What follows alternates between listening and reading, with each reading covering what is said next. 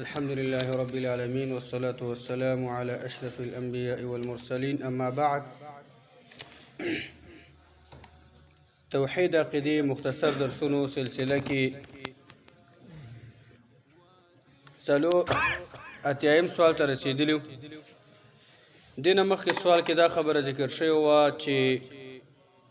الله او د هغې د کتاب او د هغې د دین او پیغمبر پسې ټوکو کولو حکم سلور اتیایم سوال دا ده چې ما معنی الولاء والبراء د ولا او برا څه معنا ده ولا او برا کتاب التوحید کې ذکر کیږي چې دا تعلق د توحید پورې ساتي مؤمن مسلمان به د هغه چا سره دوستی کوي چې هغه توحید منونکی وي د هغه چا نه به بایکاټ کوي چې هغه توحید عقیده دا نه مني دا ډیره مهمه مسله ده جواب دا ده چې الولاء هو المحبة والنصرة لله ورسوله صلى الله عليه وسلم والمسلمين الولاء دې ته ویل کېږي چې دا محبت او مینه کول او مدد کول د الله او د هغې د پیغمبر او د ټولو مؤمنانو مسلمانانو سره د ټولو مؤمنانو مسلمانانو د الله او د هغې د پیغمبر سره مینه کول محبت کول او د هغوی سره مدد کول دې ته ویل کېږي الولا والدلیل قوله تعالی په دې خبره باندې دلیل د الله دا وینا ده چې الله قرآن کې فرمایي سورة مائده کې اعوذ بالله من الشیطان الرجیم انما وليكم الله ورسوله والذين آمنوا الذين يقيمون الصلاة ويؤتون الزكاة وهم راكعون الله قرآن کې فرمایي یقینا ستاسو دوستان مؤمنانو الله دې او د هغې رسول او پیغمبر دې هغه کسان چې ایمان راوړي دي او هغه مؤمنان چې هغوی د منځونو اهتمام کوي زکات ورکوي او الله ته رکوع کوي ومن يتول الله ورسوله والذين آمنوا فإن حزب الله هم الغالبون به الله فرمایي چې او هغه څوک چې د الله سره دوستی کوي الله سره مینه کوي د الله د پیغمبر سره مینه کوي مؤمنانو سره مینه کوي فإن حزب الله هم الغالبون نو یقینا دا ډله د الله تعالی دا کامیابه ده دا د الله ډله ده چې الله سره مینه کوي او د الله د پیغمبر او مؤمنانو سره مینه کوي دا د الله ډله ده حزب الله او د الله د ډلې قانون دا د هغې دپاره نتیجه او بدله دا ده چې دا ډله یقینا کامیابه ده بل ځای کې الله تعالی فرمایي وان جندنا لهم الغالبون الله فرمایي یقینا زمونږ لښکرې د الله لښکر څه شی دی د الله لښکر دا ده چې الله او رسول او د مؤمنانو سره مینه کوي دا د الله لښکر دی الله فرمایي زمونږ لښکر زمونږ فوج الله فرمایي یقینا دوی کامیاب دي دوی باندې هیڅ څوک کامیابېدلی نشي خو چې دا ډله دا د الله ډله وي دې ته ویل کېږي الولا والبراء تعریف او معنی دا ده چې هو بغض الكفر والکافرین ومعاداتهم برای ته ویل کېږي چې د کفر سره کفر بد ګڼل کینه ورسره کول کافران بد ګڼل او د هغوی سره دښمني کول کفر کافران دا بد ګڼل دې سره بغض کول او دې سره دښمني کول دې ته ویل کېږي البراء والدلیل قوله تعالی او دلیل په دې خبره باندې د الله دا خبره ده وینا ده چې الله فرمایي اعوذ بالله من الشیطان الرجیم قد كانت لكم اسوة حسنة في ابراهيم والذين معه الله فرمایي یقینا اے مؤمنانو مسلمانانو ستاسو لپاره ښایسته نمونه شته دی په تابعدارۍ د ابراهیم علیه السلام کې او هغه کسان چې د هغې ملګري او ایمان یې ورسره راوړی نمونه دا ده چې اذ قالوا لقومهم انا براء منكم خبره به کې دا برته ده دی ابراهیم علیه السلام او دغې د هغې سره ملګرو خپل قوم ته ویله څه ورته ویل انا براء منکم موږ ستاسو نه بېزاره یو اے پلاره اے قومه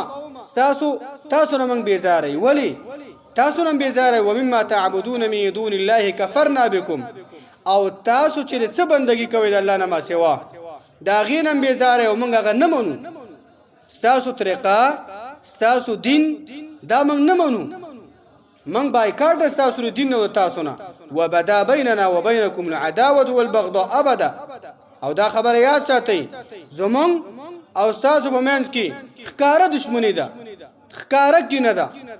دا واوري چې زمونږ او ستاسو په منځ کې ښکارا دښمنی ده او ښکارا کینه ده او تر څو وخت پورې ابدن همیشه دغه جوړ جاړه نه کیږي همیشه من تاسو بد غنو او من تاسو منهج ستاسو طریقه دام بد غنو حتی تؤمنوا بالله وحده ایول ارشته دی ایول اردار چې تر دې پوری چې تاسو د یو الله توحیدونه منئ د یو د الله رب العالمین عبادت او بندگی ونه کوي دا د مخلوق معبودان پرې نه دي د ځمکې معبودان د مخلوق معبودان پرې نه دي نو تاسو سره ګورځم بایکاټ دی ګور څومره خسته عقیده ده اول څه کې الله سوی قد كانت لكم اسوه حسنه دا چې خلک جوړ شي الله تعالی فرمایي چې څوک د تاسو سره ایمان کې شریک نه دی دا ستاسو ملګری نشي جوړ دی دا ستاسو خپلوان نه دی دا ستاسو تعلق ولان دی دې خلکو نه به بایکاټ کې چې څوک د الله د توحید نه بایکاټ کوي هغه خلکو سره تعلق نه ساتي ولا او برا دا مومنان مسلمانانو دغه تعریفونه دي بیان اوس کومه تاسو حقیقت ته وګورئ د مومنانو سره د الله وعده ده چې مومنان کامیاب دي دا تاسو موږ تاسو کې داشته آیا د مومنانو مسلمانانو کې تاسو سوچو کې چې په دنیا کې تقریبا 50% انسانانو کې د مومنان د مسلمانان دي دا مسلمانان دي 50% ولی دا مغلوب شوی دي ولی دا شکنجه کیږي ولی دا ټارګټ کیږي ولی په دنیا کې د مسلمان په وینه باندې لوبي کیږي وجه دا چې قشان د عقیده نشته دی بګي د عقیده کمبود دی بګي د 50% کې سوچو کې په الله باور کې 2-3% د قشان د سکه توحید موحدین پاتې کیږي دام نشي پاتې کېدل ځکه ولا ول برات څوک کوي هر مؤمن هر مسلمان لګي دي د هر مسلمان ملک لګي دي د کافرانو سره تعلق جوړي مؤمن سره ورانی مسلمان سره ورانی مسلمان سره بایکاټ کوي د مسلمان بیزتی کوي د مسلمان دغه شان د وینې توې کوي د مسلمان په جون ختمولو باندې فتوی ورکړي دا کافر د مسلمان او کافر سره تعلق جوړي نه بغیر کیږي نو تاسو منګو تاسو به ضرور غر کیږو تر هغه پورې د مؤمنانو مسلمانانو هغه عزت چې صحابه او الله ورکړو تر هغه پورې منګو تاسو نشي ګټلې چې تر څو پورې زمونږ استادو مینه د الله په توحید باندې نه زمونږ استادو پریکړه او تعلق کټ کول د الله په توحید باندې نه منګو تاسو دي زمونږ استادو پښتنو ته وګوره زمونږ استادو دي قومونو ته وګوره دا پاکستاني دي دا افغاني دي او دومره زور به کې ورکړي چې یو بل دومره بیزتی کول داغه د عزت داغه د لور داغه د خزي بیزتی کول داغه نم تیرېدل څو منګو تاسو الله عزت راکړي عزت دا په دین کې دی دین چې سویل پکې کې عزت ته بس ګوري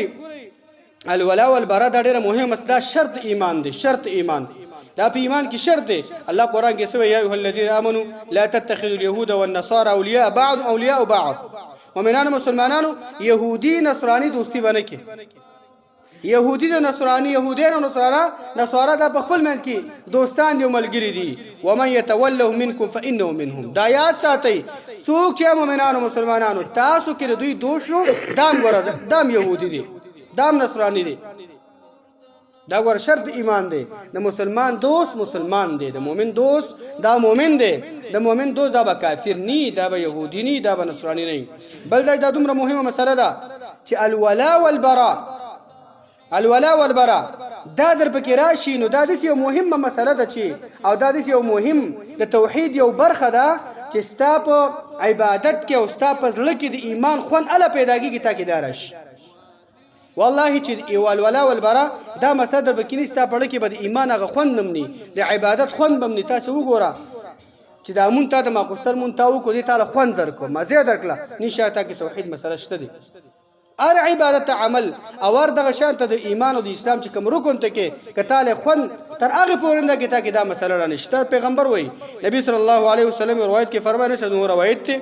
او روایت بخاری مسلم دی الله پیغمبر وای وی ثلاث من كن فی وجد بهن حلاوه الايمان درې خبرې دي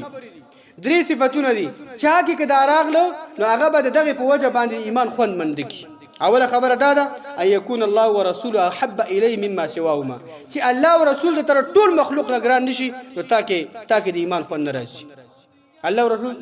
یعنی د الله او رسول د پاره دومره تابعداري د هغې د خبرو کول د هغې د ویناو کول د هغوی د طریقو کول چې هر څه به د هغې دپاره پرې دا څوک کوي دې ته څوک تیار دی الله او رسول سره د هر څه نه ډېره مینه کول او دویم دا ده چې وان یحب المرء لا یحب الا لله یو چا سره چې مینه کې صرف د الله دپاره به کوي چې سړي کې دین دی ځکه ورسره مینه کوم ځکه ورسره رشته کوم ځکه ورسره کښېنم ځکه زه ورځم ځکه زه راغواړم بس ځکه الله دین پکې دی دا څوک کوي دا څوک کوي والله که دا څوک کوي نن سبا تعلق خلک د پیسې ساتي خلک د موټرو ساتي خلک د بنګلو ساتي خلک تعلقات په دنیا باندې ساتي دویم صفت دا چې د الله دپاره صرف مینه کول دی یو چا سره او دریم دا چې وان یکره ان یعود فی الکفر کما یکره ان یغدو فی النار کفر داسې بد ګڼي د کفر کله داسې بد ګڼي د کفر داسې بد ګڼي لکه اور ته چې غورځي د دې اهتمام څوک کوي نن سبا په زوره مسلمانان ځي او په زوره کفر کې داخليږي د کفر قانون مني د کفر لمن نسي د کافر سره تعلق ساتي د څه به ایمان کې خوند پیدا شي ډېر وایي موږ منځونه کوو یاره موږ خو منو مانځه کې هغه مونځ هغه دی چې هغې کې خوند دي د الله پیغمبر ویله ارحنا یا بلال مانځه وخت چې به راغی بلاله اذان وکړه